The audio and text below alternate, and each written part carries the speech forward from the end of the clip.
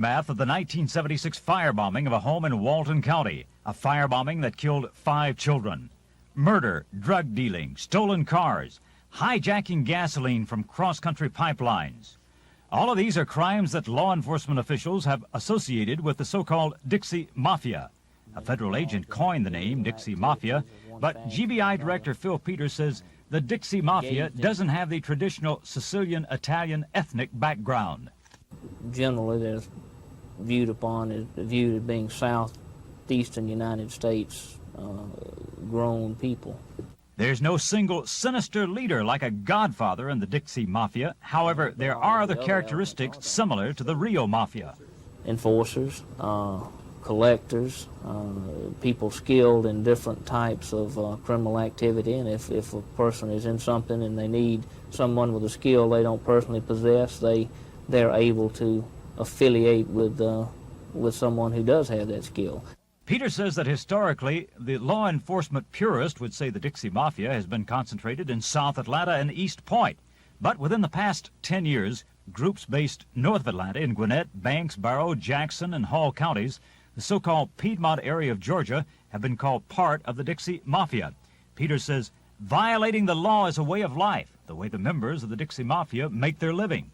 But before the drug business became so lucrative and so widespread, it may have been burglary, prostitution, even some gambling, stolen goods, just a variety of illegal ways to make money. It's hard for law enforcement officers to go after the Dixie Mafia as an organization, hard because it's such a loosely connected group. But Peter says when you find one member of the Dixie Mafia, you usually find another. If you find one snake in the grass and you kill it, you better be careful because there's going to be another one nearby. Bet you thought Young Thug was the first guy to get tried on RICO charges in Georgia. I'm here to tell you that is not the case. Let's get into it.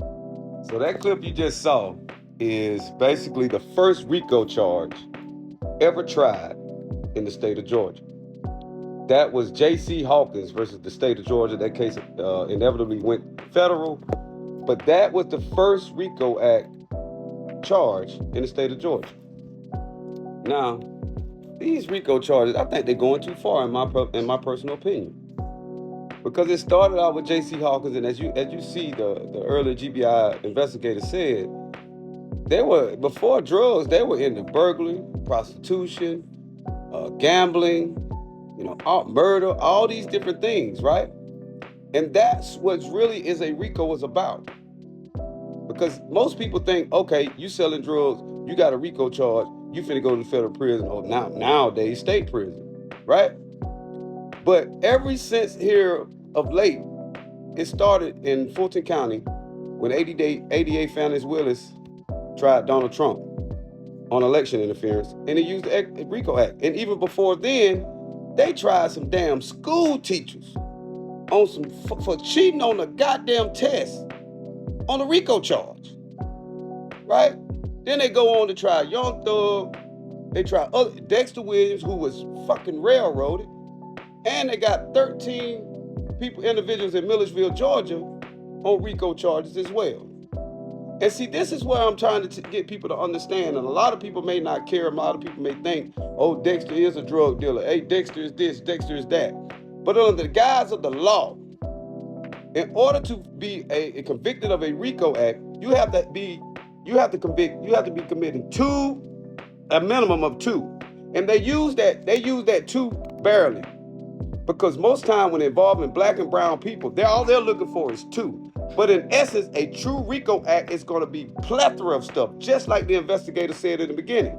A true RICO Act is something that has murder, prostitution, racketeer. I'm about true stuff. What is it? Intimidation. Where they making people pay taxes. The mafia.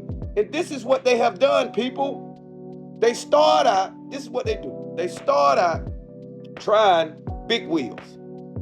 Big wheels. And this is who this case for. This case is for conglomerates. This case is for a plethora of people. Just like the GBI agent stated back in the fucking 80s, he said these people, you got somebody that can do all walks of life. Burglary, this. They can do everything. It don't matter. These people stealing all. These people stealing all out of pipelines, all types of shit. That is a RICO Act. That is racketeering. That is true racketeering. Not the fact that somebody is just so happens selling drugs. Now, I'm not for anybody selling drugs. I'm not for that. But the fact that you're trying to say a person that allegedly is selling drugs, now he's a organized crime organization, that don't make sense. Let me show you. Predicated acts are the underlying charges that form the basis of the indictment. So essentially, they are crimes, and they have to be a multiple of crimes.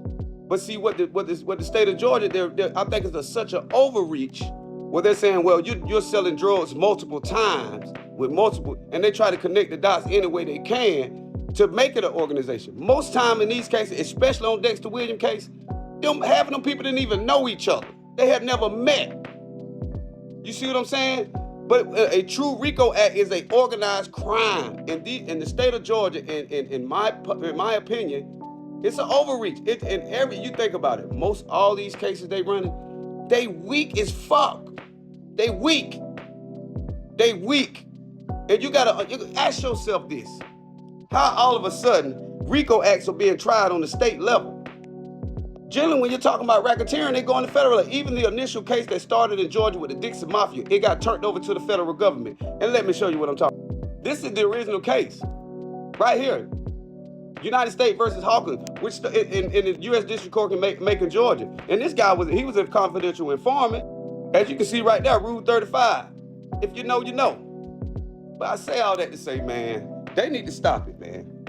And if you are a citizen of the state of Georgia, or a citizen of the United States, you got to understand that they start these high-profile cases meant out to use for the good, so to speak. And then you find they trickle it down to the common man. The RICO Act was first used against organized crimes, the Italian mafia, people who were involved in embezzling, racketeering, intimidation, everything under the sun, right? And they used that. That's how they took down the mafia. Then you think about it, in the state of Georgia, they started out using it in recent years against the Atlanta school. They used it on fucking teachers, bro. And we already know who's the makeup of the Atlanta public school system when it comes down to educators. If you know, you know. We ain't got to dive in that. What's understood ain't got to be said a lot of times because we know what it is. They start off at the top. They started off with the Dixie Mafia. They started off with Donald Trump. Then next thing you know, we're going to go after somebody they know, Young Thug. Now they're going after common people. Hey, if you're a citizen of Milledgeville and you know somebody tied to this case, ask me this. How do they get a person on possession and then come back 2 months later with a RICO charge? How the fuck you can't get a RICO charge in 2 fucking months? They got Dexter on a RICO charge in less than 30 days.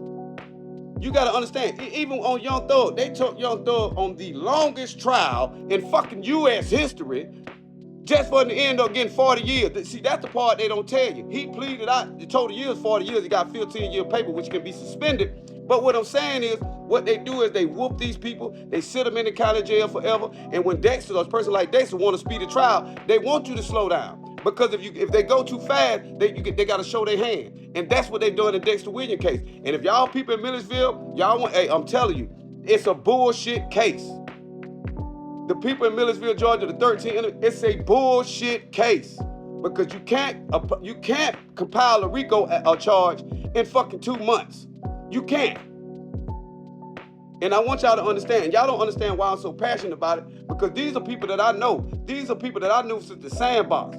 When it comes down to Milledgeville, Dexter Williams, I've been knowing it for it's something serious, but a lot of y'all don't give a damn because it ain't on your front door. And if they can do anybody like that, they'll fuck around and do you like that.